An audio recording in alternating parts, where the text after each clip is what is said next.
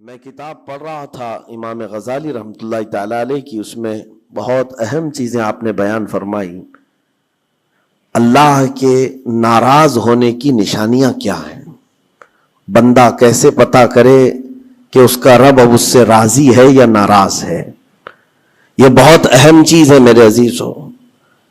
اللہ کریم بندوں سے راضی ہے یا ناراض ہے، یہ کیسے پتا چلتا ہے؟ اس کی کچھ نشانیاں بزرگوں نے فرمائی، حتیٰ کہ حدیث پاک میں بھی ملتی ہیں۔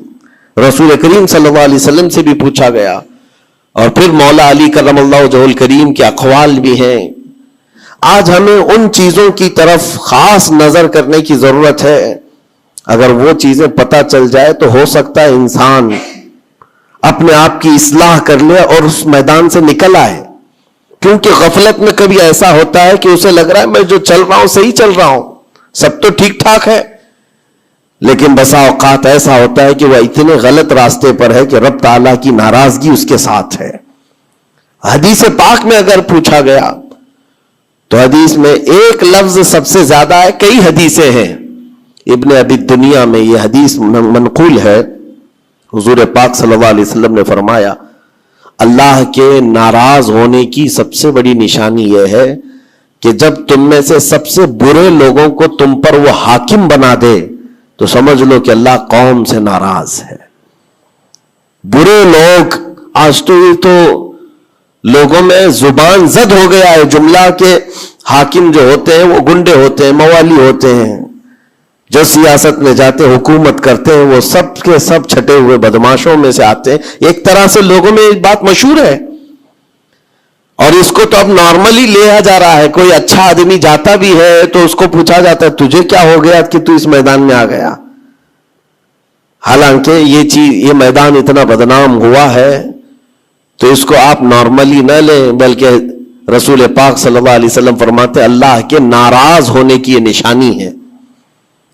اور دوسری نشانی فرمایا کہ جب اللہ کریم ناراض ہوتا ہے تو بارشوں کو روک لیتا ہے، بے موسم بارش آنے لگتی ہے۔ اگر بغیر موسم کے الگ الگ انداز سے بارشیں آنے لگ جائیں تو سمجھ لو کہ رب تبارک و تعالیٰ کی غضب کی نشانی ہے اور اس کی ناراضگی کی نشانی۔ پھر تیسری چیز اسی حدیث میں یہ فرمایا گیا کہ رب تبارک و تعالیٰ لوگوں کے رزق سے برکت ختم کر دیتا ہے، اس کی ناراضگی کی یہ نشانی ہے۔ اب برکت ختم ہونے کے طریقے بہت سارے ہیں، اب اس کو میں آپ کو بتاتا ہوں، لیکن مجھے جو بات بہت اہم لگی اور دل پر لگی، مولا علی کرم اللہ وجہہ الکریم ایک بار بیٹھے ہوئے تھے، تسبیح پڑھ رہے تھے، ایک شخص آیا اور بہت بپھرا ہوا تھا، پریشان حال تھا۔ دروازہ کھٹکھٹایا، اندر آیا، مولا علی کرم اللہ وجہہ الکریم نے پوچھا کیا بات ہے، کیوں اتنا پریشان ہے؟ کہا کہ میں لٹ گیا، اتنا برباد ہو گیا ہوں، میں کیا کروں، مجھے کچھ سمجھ میں نہیں آتا۔ یہ کئی لوگوں کی زندگی میں چلتی ہوئی بات میں آپ کے سامنے رکھ رہا ہوں۔ آج سے 14 صدی پہلے یہی سیم مسئلہ لے کر کے آیا جو آج بہتوں کے ساتھ یہ چل رہا ہے۔ پوچھا آپ نے کیا ہوا ہے؟ کہا اچھا خاصا میرا بزنس چلتا تھا، اچانک رک گیا، اچھی خاصی تجارت تھی، مال بہت آتا تھا، سب اچانک بند ہو گیا۔ اب تو پوزیشن یہ، حال یہ ہے کہ جس چیز میں ہاتھ لگاتا ہوں نقصان ہی ہوتا ہے۔ اور اس نے یہ بھی کہا کہ اگر میں سونے کو بھی ہاتھ لگاؤں تو ایسا لگتا ہے مٹی بن جائے گی، ساری چیزیں ختم ہو گئی ہیں۔ وہ رویا جا رہا تھا اور کہا کہ مجھے اس کا سبب نہیں پتا ہے، کیا ہو رہا ہے کیا نہیں ہے۔ مولا علی کرم اللہ وجہہ الکریم نے ایک ہی چیز فرمایا، کہا کہ میں تیرے سبب کو پہچان لیا، یہ جو چیزیں ہو رہی ہیں تیرے ساتھ میں تیرے سبب کو پہچان لیا۔ کہا کیا ہے؟ کہا کہ رب تبارک و تعالیٰ تجھ سے ناراض ہے ان گناہوں کی وجہ سے جو تو جان بوجھ کر کنٹینیو کرتا ہے، روزانہ جاری رکھا ہوا ہے۔ میرے عزیزوں، لوگوں کے ہاں آج یہ سب چیزیں ہیں، لیکن وہ اس چیز کی طرف نہیں آتے کہ کون سے گناہ ان کے ساتھ چل رہے ہیں۔ جب بندہ گناہوں پر مصر ہو جاتا ہے، اصرار کا مطلب کنٹینیو کر رہا ہے، تو یہ نشانی ہے۔ خاص طور پر مولا علی کرم اللہ وجہہ الکریم نے فرمایا کہ اس کا رب اس سے ناراض ہے۔ اللہ ناراض ہے، اس کو توبہ کی توفیق نہیں مل رہی ہے، اس کو باز آنے کا موقع نہیں مل رہا ہے۔ اس نے پوچھا کہ میں کیسے پتہ کروں کہ کون سے گناہ چل رہے ہیں اور کن گناہوں کی وجہ سے میرے رزق کی برکت ختم ہو رہی ہے؟ حضرت مولا علی کرم اللہ وجہہ الکریم نے فرمایا کہ تجھے پتہ ہے، احساس کرنا ہوگا، احتساب کرنا ہوگا، کچھ چیزیں ایسی ہیں جن کو تو روز کر رہا ہے، اگر فجر کی نماز کے لیے نہیں اٹھتا ہے، نماز نہیں ہوتی ہے تیری، تو یہ تو گناہ کبیرہ ہے، گناہ کبیرہ ہے، یہ زنا سے بڑھ کر کے گناہ ہے نماز کا ترک کرنا۔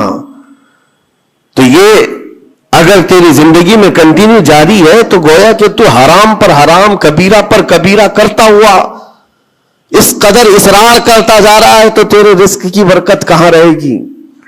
ختم ہو جائے گی۔ تیرے دل کے اندر اللہ تعالیٰ نے سختی پیدا کر دی ہے۔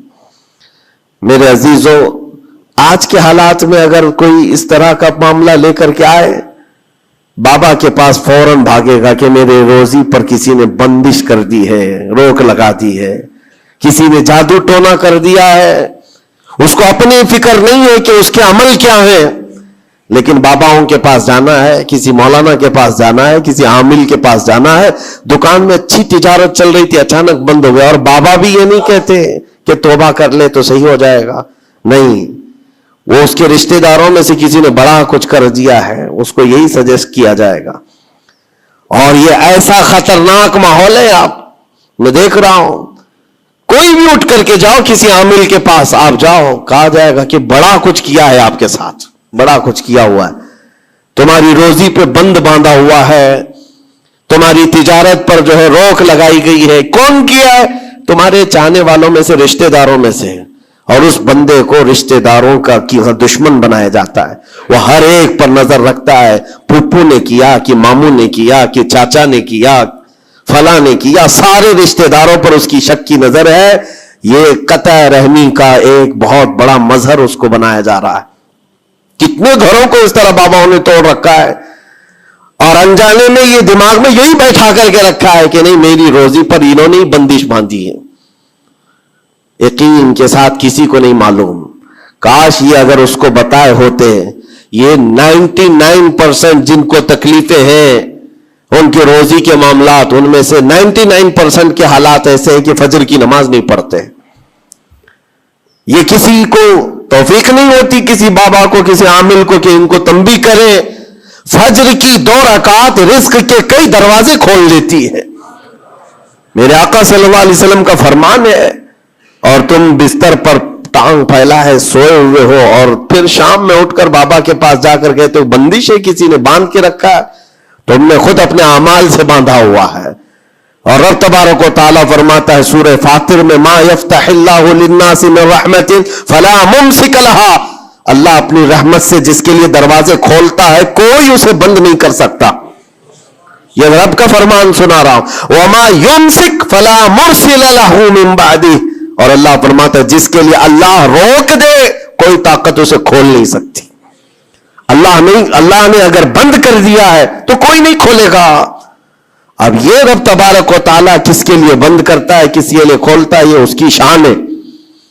لیکن ساتھ میں ایک بات اور آپ کو بتا دوں، حضرت ابو سفیان ثوری رحمۃ اللہ تعالی علیہ، حضرت سفیان ثوری کا ایک قول ہے، قسوۃ القلوب عقوبۃ للعاصی، یہ گناہ کنٹینیو جو کر رہا ہے اس کی سزا کیا ہے؟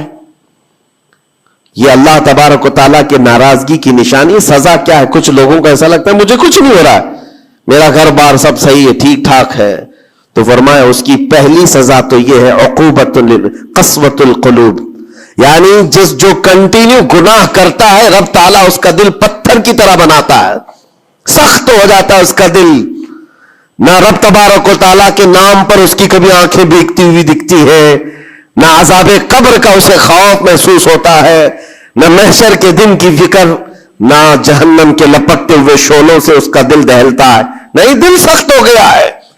گناہوں پر جو بندہ کنٹینیو اصرار کرتا جاتا ہے اس کا دل سخت کر دیا جاتا ہے۔ یہ رب تبارک و تعالیٰ کے ناراض ہونے کی نشانی ہے، غضبناک ہونے کی نشانی ہے۔ اور ایک نشانی یہ فرمائی ہے تابعین نے فرمایا کہ اگر بندے کو عبادت کرنے میں مزہ نہیں آتا تو سمجھ لو کہ رب تعالیٰ اس سے ناراض ہے، توفیق چھین لیا۔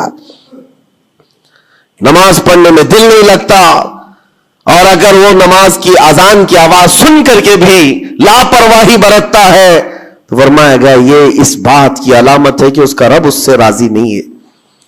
اور جس سے مولا راضی ہوتا ہے کڑاکے کی ٹھنڈیوں میں بھی اس کو بستر سے اٹھا کر اپنے دربار میں لاتا ہے۔ جس سے رب تبارک و تعالیٰ راضی ہے اس کو اپنے دربار میں لگائے رکھتا ہے، وہ رات ہو کہ دن ہو کہ صبح ہو کہ دوپہر ہو، وہ بندہ دوڑا ہوا رب تعالیٰ کے حضور پہنچ جاتا ہے۔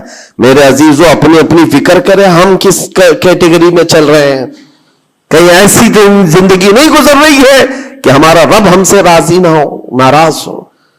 پھر پوچھا گیا کہ اگر اللہ تبارک و تعالیٰ ناراض ہے تو پھر دولت کی ریل پیل گھر بار ساری چیزیں ہیں؟ فرمائے یہ بھی ایک نشانی اللہ کی ناراضگی کی کہ گناہ کنٹینیو ہونے کے باوجود اگر تمہارے مال میں کمی نہیں آ رہی ہے، روزانہ بڑھتا جا رہا ہے، تو خوف کھاؤ کہ اللہ بڑے عذاب کا تمہارے لیے تیاری فرما رہا ہے۔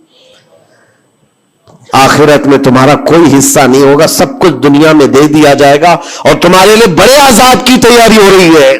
اگر گناہوں کی وجہ سے پکڑ نہیں ہوئی اور تمہارا مال اور یہ ساری چیزیں چل رہی ہیں تو یہ اس بات کی علامت ہے کہ بڑے عذاب کی تیاری ہے۔ عزیزان گرامی وقار، کوئی اس بات کے لیے خوشحال ہو کر کے نہ رہ جائے کہ میرا تو کچھ نہیں ہے، سب کچھ اچھا چل رہا ہے، گناہ بھی کر رہا ہوں، جھوٹ بھی بول رہا ہوں، نعوذ باللہ من ذالک، آنکھیں بھی بدکاری کر رہی ہیں، کچھ تو زنا میں بھی ہیں، کچھ ڈکیت میں بھی ہیں، چوری میں ہیں، پتہ نہیں کیسی کیسی بلاؤں میں مبتلا ہے، لیکن ان کا حال یہ ہے کہ نہیں ٹھیک ہے، دولت کی ریل پیل سب اچھا خاصا ہے، مال سب کچھ فراوانی ہے، تو یہ مت سمجھنا، قرآن کہتا ہے وَلَا يَحْسَبَنَّ الَّذِينَ يَبْخَلُونَ بِمَا آتَاهُمُ اللَّهُ مِنْ فَضْلِهِ، ایک جگہ وَلَا يَحْسَبَنَّ الَّذِينَ كَفَرُوا أَنَّمَا نُمْلِي لَهُمْ خَيْرٌ لِأَنفُسِهِمْ إِنَّمَا نُمْلِي لَهُمْ لِيَزْدَادُوا إِثْمًا وَلَهُمْ عَذَابٌ مُهِينٌ۔ اللہ فرماتا ہے جو لوگ ہم سے دور ہو رہے ہیں وہ یہ مت سمجھیں کہ اللہ تعالیٰ کے بارگاہ میں وہ اچھا کر رہے ہیں، بلکہ رب تعالیٰ فرماتا ہے انما نملی لہم، ہم ان کو ڈھیل اس لیے دے رہے تاکہ وہ اور گناہ کر لیں، لیزدادوا اسما، اور گناہ کر لیں، پھر ایک دن اچانک دردناک ذلت والا عذاب ہوگا، ذلت والا عذاب ہوگا۔ قرآن پاک میں رب تعالیٰ فرماتا وَلَا تَكُونُوا كَالَّذِينَ نَسُوا اللَّهَ فَأَنسَاهُمْ أَنفُسَهُمْ، تم ان لوگوں کی طرح مت ہونا جو اللہ کو بھول گئے، جو عبادت سے دور ہوتا ہے، یہ اللہ کے غضب کی نشانی ہے، اللہ اس سے ناراض ہے۔ اگر عبادات میں نہیں آ پا رہا ہے، نمازیں اس کی کمپلیٹ نہیں ہو رہی ہیں تو اللہ ناراض ہے اس سے۔ اور قرآن میں رب تعالیٰ فرماتا ہے، یہ سورہ حشر کی آخری آیتوں میں سے ہے، مشہور آیت، وَلَا تَكُونُوا كَالَّذِينَ نَسُوا اللَّهَ، جو اللہ کو بھول گئے تھے ویسے مت بنو، ورنہ کیا ہوگا؟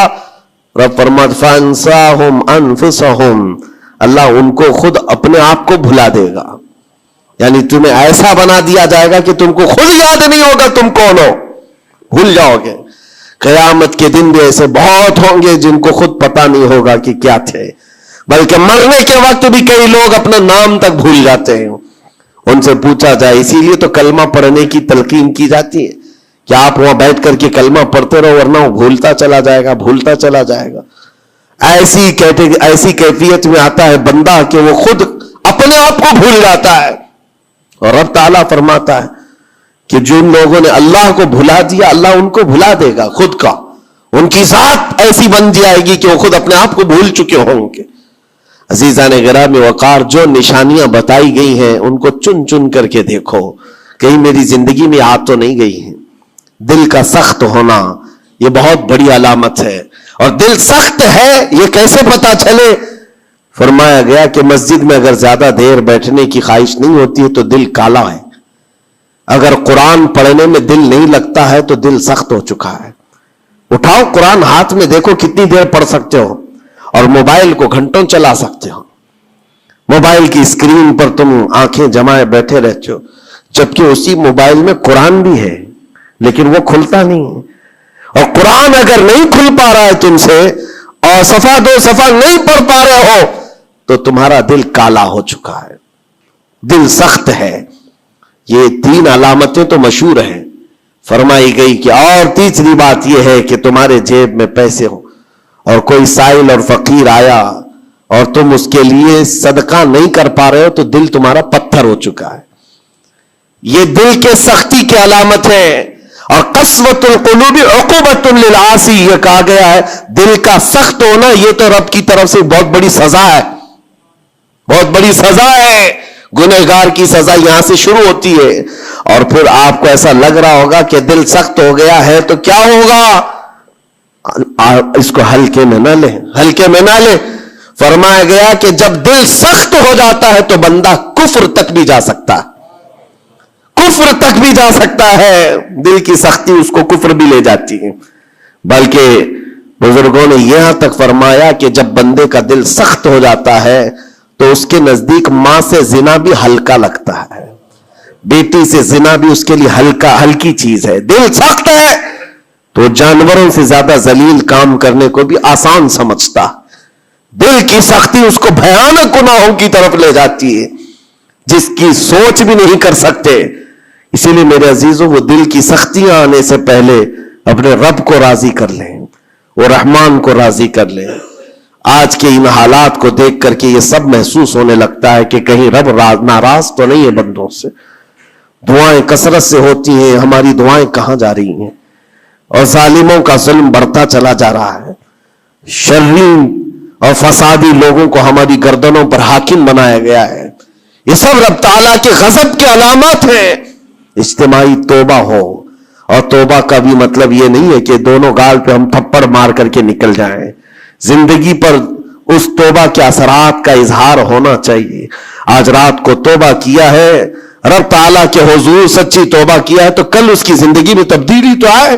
رات بھر توبہ کرتا رہا اور فجر میں سو رہا ہے تو کوئی تبدیلی نہیں آئی، یعنی تم نے دل سے اللہ کی بارگاہ میں توبہ ہی نہیں کیا ہے، نہ ہی تمہارے چال چلن میں کوئی فرق آیا۔ یہ توبہ نہیں ہے۔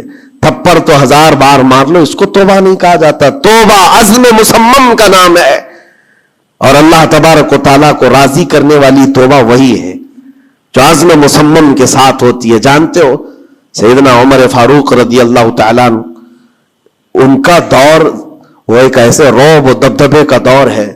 ایک شخص ایک دکان سے یا گھر سے شراب کی بوتل لیا اور نکلا باہر۔ شراب کی بوتل لے کر کے حضرت عمر فاروق رضی اللہ تعالیٰ عنہ راستے پر آ رہے تھے، آپ کی نظر پڑ گئی، اس نے بوتل چھپا لیا۔ شراب کے ساتھ پکڑا جاتا، ابھی کوڑے بھی مارے جاتے اور ذلیل بھی ہوتا۔ حضرت عمر جیسے بڑھتے آ گئے، اس کی ہیبت بھی بڑھتی چلی گئی۔ کیا ہوگا کیا ہوگا، بچ بچا کے نکل جاؤں نہیں، لیکن سیدھے وہ سامنے آ کے کھڑے ہو گئے۔ کہا کہ کہاں سے؟ کہا یہیں سے آ رہا ہوں۔ کیا ہے جس کو تم بغل میں چھپائے جا رہے ہو؟ جس چیز کو چھپا رہا تھا اسی چیز کا سوال کیا انہوں نے۔ اس بندے نے کہا کچھ نہیں امیر المومنین، دودھ کی بوتل ہے، دودھ کی بوتل ہے، میں چھپایا ہوا ہوں، آپ آ رہے تھے آپ کی عظمت میں۔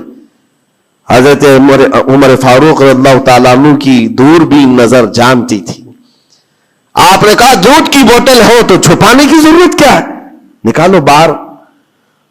اب اس کے ہاتھ اتنے کانپنے لگ گئے ڈر کے مارے کہ وقت کا وہ امیر المومنین کھڑا ہے جس سے قیصر و کسریٰ بھی تھر تھراتے ہو۔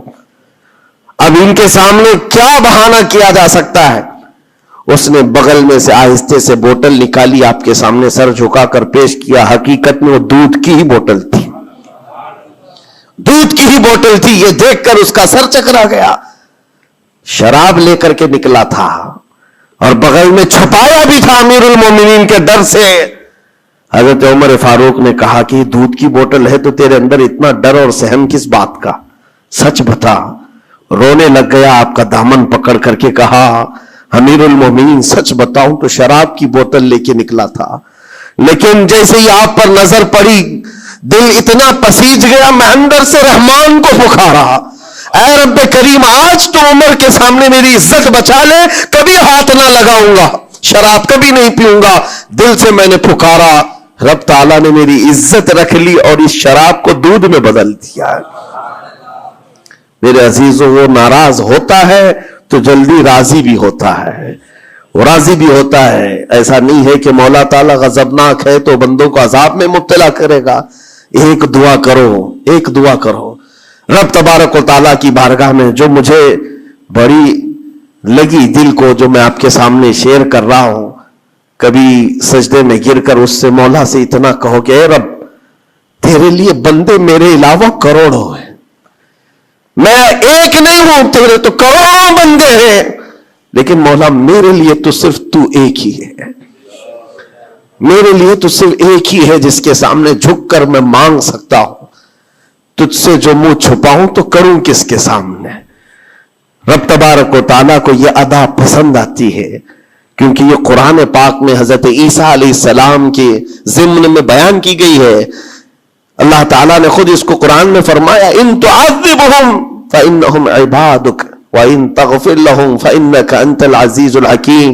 عیسیٰ علیہ السلام نے اپنے امتیوں کے لیے اللہ کی بارگاہ میں یہ التجا کی تھی، مولا اگر تو ان کو عذاب دے گا تو تیرے ہی تو بندے ہیں، تیرے ہی تو بندے ہیں، اور اگر بخش دے گا تو تو غالب حکمت والا ہے، تیرے خزانے میں کوئی کمی نہیں ہونے والی ہے.